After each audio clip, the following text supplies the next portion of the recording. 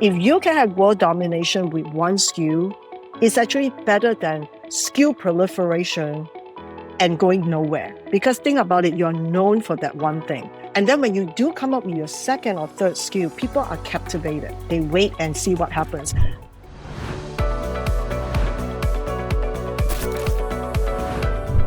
Welcome, eCom Logistics Nation. Today, I'm very excited for our guest, JuE Wong. She's a CEO, and she's actually led 6 different companies as a CEO.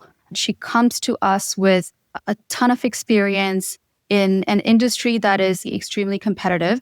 She has been able to come in and do a lot of turnarounds as well as excel in hyper growth environments. Her edge lies in operational control and building systems that can truly scale and brands that can hold lots of margin that require complex team environments to truly execute under pressure. These are all really critical skill sets that few can excel at. And JuE has been able to prove herself over and over again, from Cargill to Dial Corp to her current role leading cross-brand execution at PBG.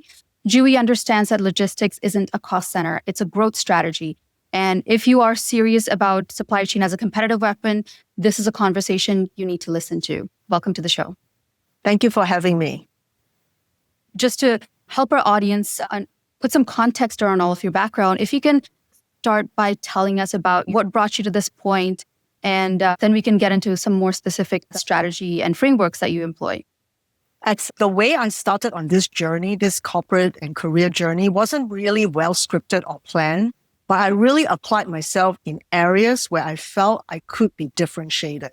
And literally when I started in the beauty space, it was all about emerging technology and all about turning things and looking at things differently, whether it's a growth opportunity or a turnaround. So if you look at, even though it says 6 CEO roles, but even prior to that, my whole emphasis was always, how do I apply infrastructural improvements with emerging technology to truly leapfrog the industry or the segment or the category that we play in? And so over the years, that has become my calling card. And it's something that I enjoy. Some people will say, look, how can you just be in a rolling job or rolling career of every 3 to 4 years?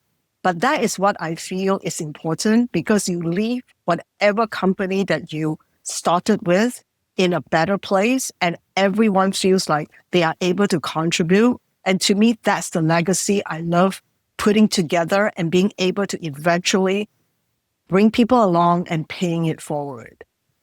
Love that. So JuE, if we start getting specific, you've led transformations across global CPG, beauty, wellness. These are some complex verticals and industries.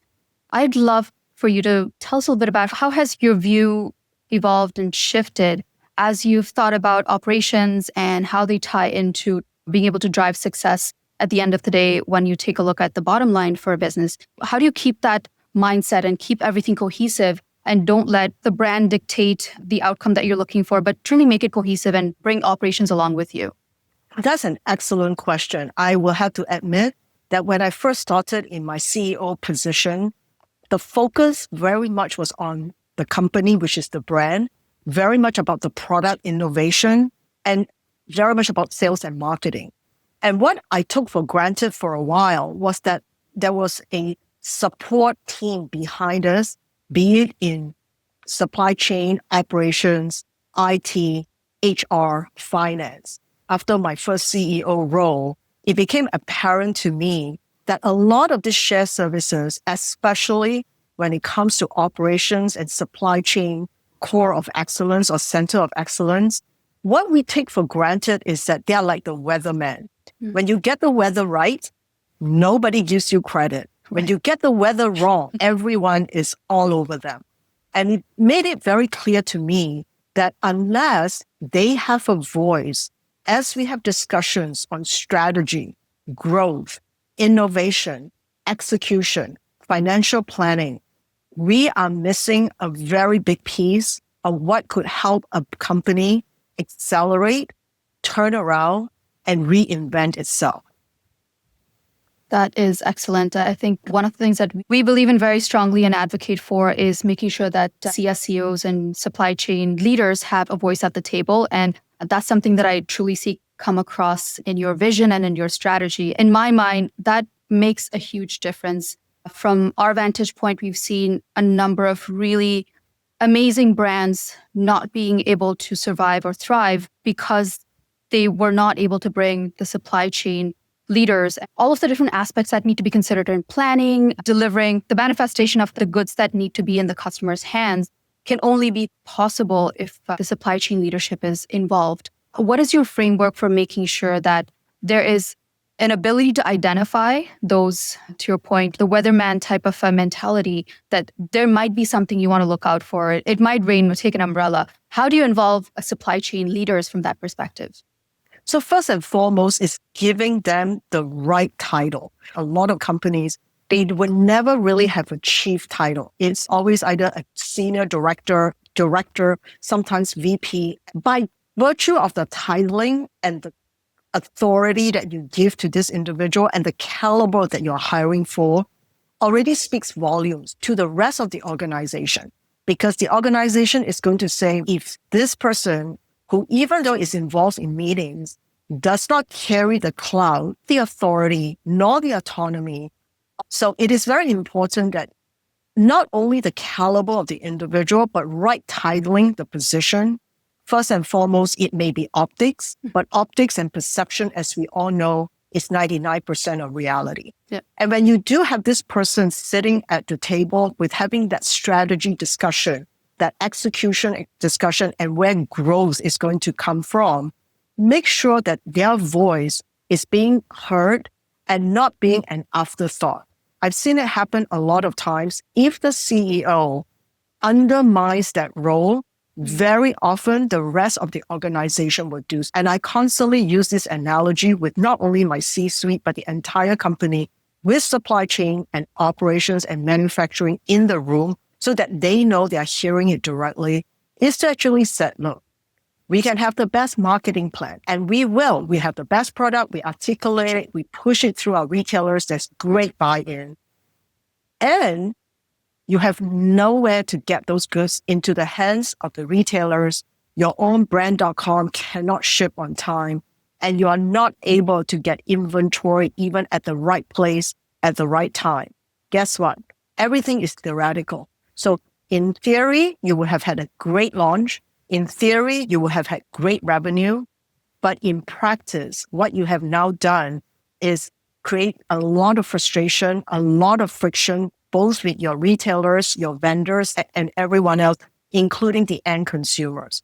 So when you can see and play the program forward and imagine, when people come, they imagine a world without, a company without supply chain. And I can guarantee you, even if the owners and the senior exec teams are willing to pack boxes and ship things out and take it to wherever it needs to go, it will never be quite the same if we did it right the first time. So I think it's very important, wherever, at whatever stage our company is, recognize the fact that it is part and parcel of success. We saw that very clearly during COVID, where supply chain became the focal point for so many brands because things were getting stuck at the port or things were not being delivered from their source or origin. And then there was a huge focus on how do we double down on supply chain. Unfortunately, by the time you do that, you are late to the game. It's a little bit like saying that, look, you are important, but until there is a disruption and there is a lot of chaos, then I turn to you. Yep. And coming back to tariffs, it's the same thing. Mm-hmm. During that whole tariff conversation, it's a little bit better now because there's now a 90-day reprieve. Mm-hmm. But before that, even when supply chain was really suggesting and recommending alternative sources, alternative supply countries, alternatives in looking at where you can buy some of the packaging, be it in the US rather than directly from the source so that you have more options. I think those fell on deaf ears because everyone was so keen on looking at the present. Mm-hmm. And companies are also being scorecard on performance by the month, by the quarter. instead of being long-term. And so as a result, our behavior is being modified by how we are being rewarded. But I think it is important for senior leadership to understand their job is not the here and now. Their job is how do they leave the organization in 3 to 4 years down the road? And when people look back, are they able to say, where was the turning point? Where was the pivotal point that a difference was made that allowed the organization to weather problems of this nature?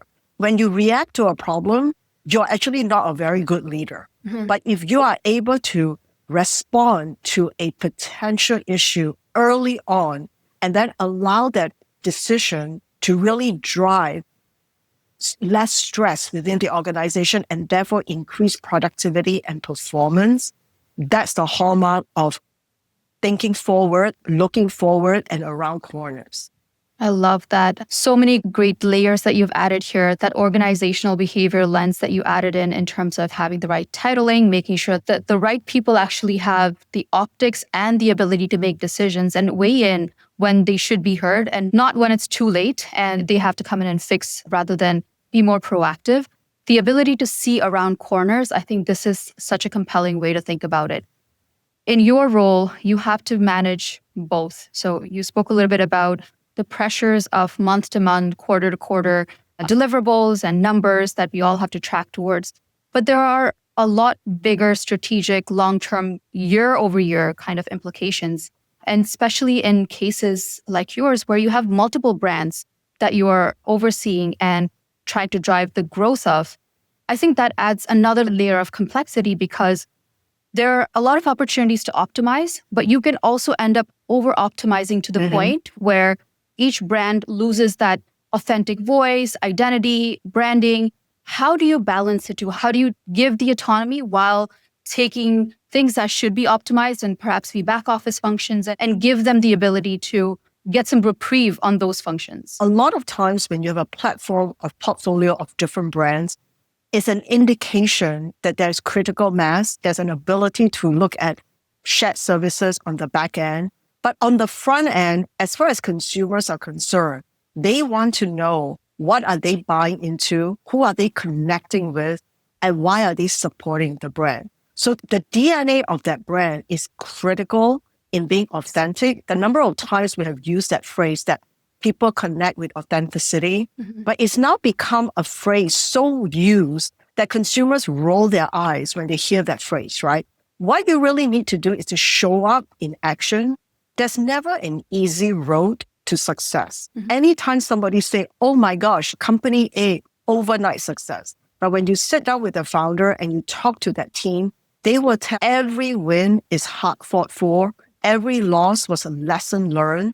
And together, they know that they can be stronger rather than try to do it on their own. There's a saying, if you want to do it fast, go alone. But if you want to bring people along, you've got to do it as a team, and that has longevity. So I think when you are on multiple brands, what is so important is recognizing that they are also individual brands, but how do you optimize what can be synergized? If a brand represents the quality, the performance, the clinical testing, you've got to stay true to that.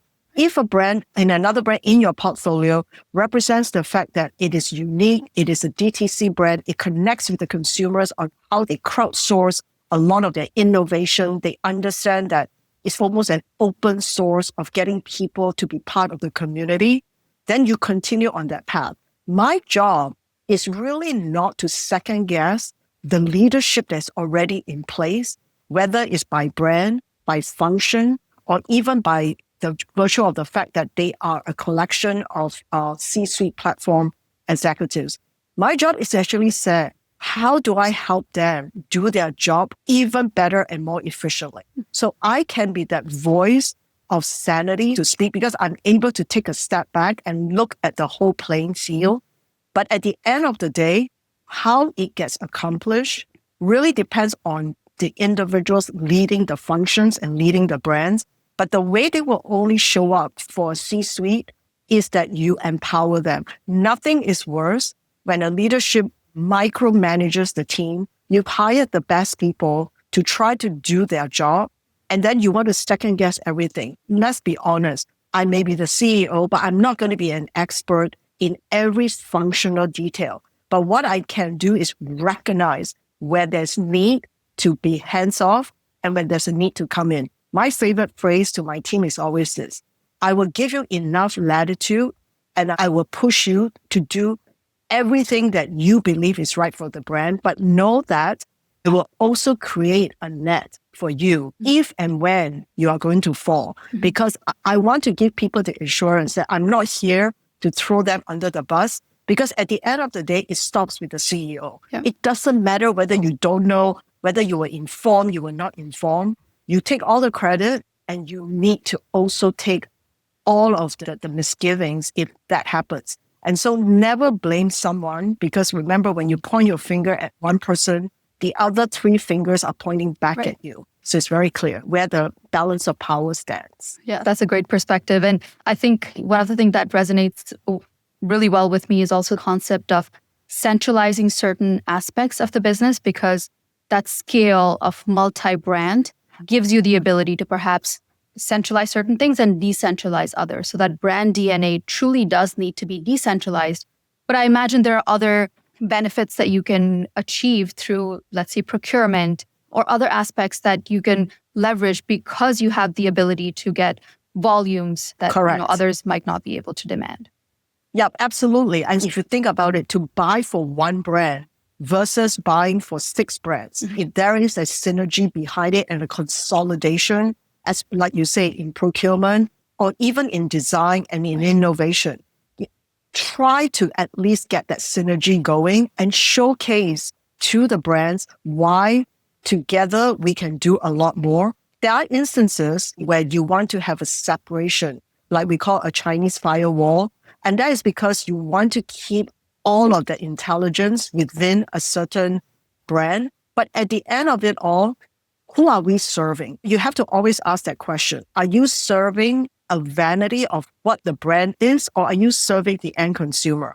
Most brands don't start because there's a vanity in the mix, right? All founders, all companies start something because there is a problem to be solved. So if you are going to always solve a problem, you need to look outward. And if you can solve that problem, that's where you win. If you can't solve that problem, you lose. And when you want to win, you've got to look at pricing. Pricing has to be competitive. And your end consumer has to want to pay out or feel like they are really benefiting from what they are paying for it. Secondly is performance. Is that product truly delivering what you said? Nothing is worse where somebody talks about how great their product is and the customer experience is completely different. And then finally is the productivity, not only for the performance of the product, but for the company. Are you making everybody run around to deliver on something that is so niche that no one really wants, but it's because a leadership or somebody feels like this is my passion project and I want the team to execute on it? And this is where I think sometimes people don't realize it's actually not the sales team or the marketing team that can be a voice of reason. The supply chain team is actually going to be the voice of reason because they're going to tell you, yes, it's your passion project, it's what you love, but understand there are MOQs, there are minimum time for delivery, there's execution time, there is lead time. You want to do all this, we're going to take a lot of people off the focus of what their core competencies. It's going to be more expensive. And at the end of the day, there's no guarantee you'll be successful. Really articulates that in very data-driven what ifs and why and the magnitude of the financial economics. You'll be surprised how quickly leadership respond to that. Because nothing is more important to leadership than what's the bottom line ultimately. Nobody can articulate better than the ops guys because they are living and breathing it and they are the ones in the thick of it. Negotiation, identifying the right supply, making sure it gets delivered on time, and how do they manage inventory? Yeah. Because inventory is another big deal, right? Most companies will tell you they have the right inventory for some of their hero SKUs, but then so much of their inventory may be sitting in things that are not sellable, which then tie up their cash flow. Yeah, such a great point. JuE, one of the things that we've seen play out in the public eye again and again is that romanticized idea of, I love this product, so let me go build it. And we see examples of this in the likes of Kickstarter and crowdfunded projects where there's a prototype, it's working, people love it. And there are millions of dollars that go into people saying, yes, I'll put my hand up, ship it to me.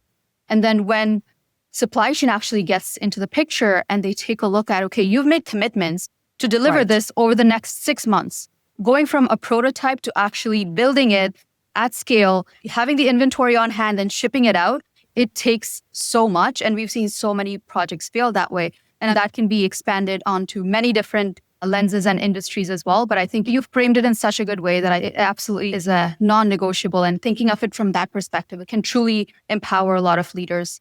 I would love to get one more framework from you. We were talking about winning and the concept of being able to win across all of these different brands. What are some of the frameworks that you keep in mind? So is it more about going out and making sure that whatever brand it is that you are focusing on has a lot of different SKUs that cover all of the different aspects that a customer might need within that specific category? Or do you just focus on making sure that you have the best possible hero products and dominate that way? How do you decide on where to double down? How do you expand? And how do you win? This is a fight with a lot of companies because obviously there's no clear-cut answer to what success looks like. What is really important is really going deep into what you are good at. So let's say you're a mid-sized company and you already have some critical distribution set up. Ask yourself, would you be better off being a top brand, top 5, top 10 with that retailer, or would you be better off offering them a slew of SKUs? If you can answer that question honestly, it would direct you as to how you want to focus on your distribution. Do you go deep instead of going wide? And then the other thing is, it's all about innovation. You are launching a product. Nothing is worse that all you are trying to do is to build a better mousetrap.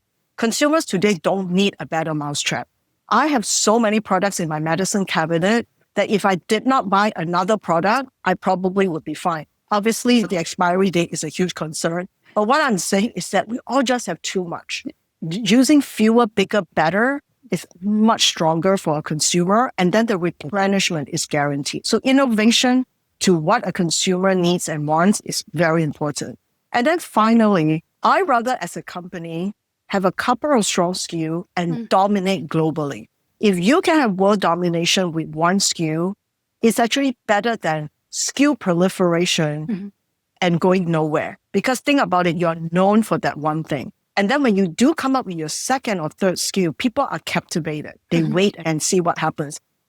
Back in the day, when Neiman Marcus put out their coffee table book, it was only by invitation that you get that book and you have to be on a list. And in that book, there'll be crazy things like buying a biplane or a Ferrari decked out in Swarovski crystals.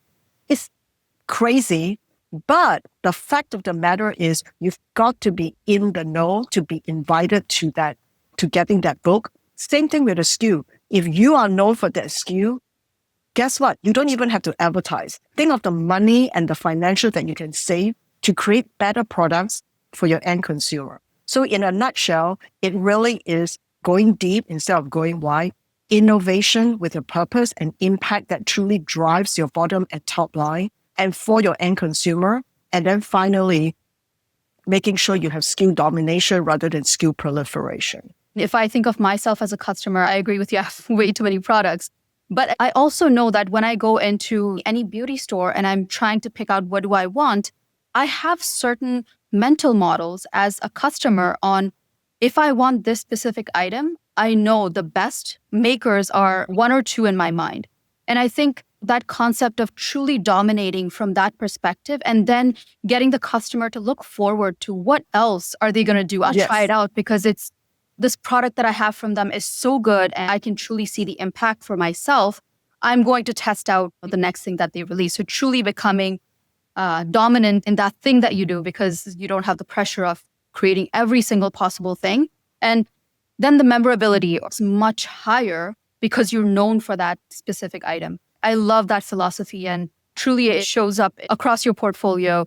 I'd love to dive into having been at the leadership seat for decades now. You've had to go into transformations, expansions. When you are at that inflection point, what are some of the things that you try to validate or think of before you give a green light to adding a channel or expanding to a new market or signing up for going from direct to consumer to retail or any of those big changes that can have widespread impact on a brand?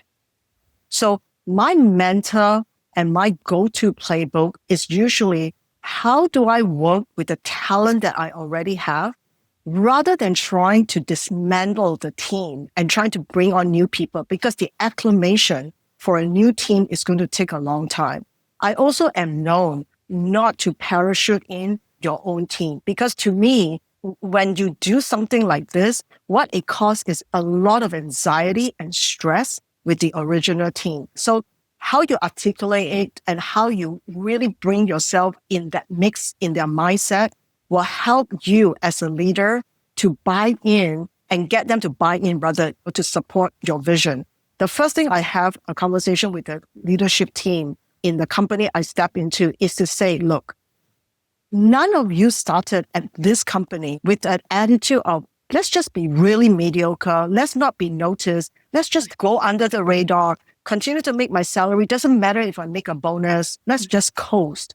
Nobody does that. Everybody starts a new job with such high hopes and really want to make a difference. But along the way, they fizzle out if they do stay with the company, if they have not left already. It's because really it's not them. They are the same person. What has changed is leadership, strategy in the organization, the way the company pivots. One day it's this, run 3 steps forward, and then suddenly go 100 steps backwards. But if somebody comes in and recognize that and say, look, let's get back to basics. What was it that made this brand exciting, that there were lots of investors behind it? And more importantly, consumers were opening up their wallet and voting with their wallet. Yep. Get back to that. The second thing I look at is there's always, people talk about omni-channel. Mm-hmm. Some brands have the authority to have an added channel to their whole distribution. Usually it's either retail or direct to consumer. Right. But there are brands that have a professional component to it. And if that brand has that, I usually double down on that channel. So if it is a professional channel, like the way Moroccan Oil was, Olaplex was, or is, and to a large extent, my second CEO role with Strivectin and Elizabeth Arden having their own point of sales as well as spa. When you have that kind of differentiated channel, allow it to be play up and really communicate that, because that is what makes you unique. And when you're able to articulate what you already have and double click and double down on it with the end consumer, you're not building anything. You're just reinforcing what you have. When you reinforce what you have, chances are you can move the needle a lot faster. And then the final thing that I usually do is, what is the innovation pipe looks like? It doesn't mean that I have to launch something in month 1 that I'm in the company, but can we build an arsenal of at least 36, 72 months worth of products? Because whatever happens, you've got a baseline. And when you have an arsenal of potential product launches and product that has the base case, you can accelerate the launches and the product development a lot faster. And when you do that too, there's also value. Let's say you decide to exit in month 36, but you have 72 months worth of outside 72 months. It's even better. That has value in the multiplier. And most people forget about that. Most people always think of just the top line, or today is more the EBITDA line. But there are value in your talent, value in your facilities and infrastructure, and value in your innovation pipe. Obviously, there's value in your distribution. Right. So you've got to look at your business as a whole and not just by the numbers. The numbers are really a reflection of how you have managed the business. Such a great lens and approach to reigniting the team and giving them that passion back and amplifying that value multiplier. Those things are super difficult to replicate again and again, and you truly have been able to move the needle. The other thing that I find very fascinating, JuE, is the fact that now with technology moving at the pace that it is, innovation in some aspects becomes a lot easier because you have access to that compute. Technologies become cheaper. But at the same time, concept of truly being authentic has to come from a human. I think despite of any technology that you have, you need to empower your people because they are the ones who can leverage the technology and amplify themselves 10 times over. Curious to hear about what kind of innovations, what kind of technologies are you considering at your company, as well as across the different leaders that you work with? One of the things is that people are always afraid when change is in the mix, and change is usually in the mix less about trying to add a lot of complexity to a business, but how do you make the business more streamlined and more procedural and with protocols that people actually understand? I always like to think that if something happens to any one of us in senior leadership, the business will continue. And that's the testimony of the fact that you have the right processes in place and people know where to go to for what. This is why using technology and making sure that all the processes are being documented and being very transparent to the team. And today with AI, you can actually double check yourself and triple check yourself. You can look at your thinking and ask generative AI or ChatGPT, am I thinking correctly? Because AI is very good at answering questions. They're not good. In fact, they can't ask questions. Never be afraid that AI is going to take over your job because AI is your servant, not your master. Right. And when you think of it that way, your whole mindset shifts and you embrace it. What I'm finding is that technology is preceding us and preempting us so much faster than 5, 10, 15, 20 years ago. That means if you don't embrace it, you are going to get knocked down by it. And then you become irrelevant. Nothing is more impactful or negatively impact an executive is when they are resistant to change or they think the technology is going to impact their team members in a negative way. But all technology actually improves the performance. And so when you have that mindset and you help your team members in the organization have that mindset, then you can really scale technology a lot faster. And to be very honest, I love working with people who have that kind of sensibility and who actually can teach me a lot more about the technology that I know could be helpful, but have no idea how it actually may work. So by learning through an expert who already is in that space will only make me a better leader. And maybe if I don't understand something, you should not be afraid to keep asking because there will come a point where if you don't ask, what ends up happening is you know enough to be dangerous. As a leader, you cannot be dangerous. You need to know for certain what you're going to do to support the team. If you're dangerous, you're actually then very much a liability to the organization. Absolutely. I think that constant curiosity for learning and keeping up with the times is very apparent to me. I agree with you. I come across a lot of people that are curious about AI, but at the same time, there's a lot of fear.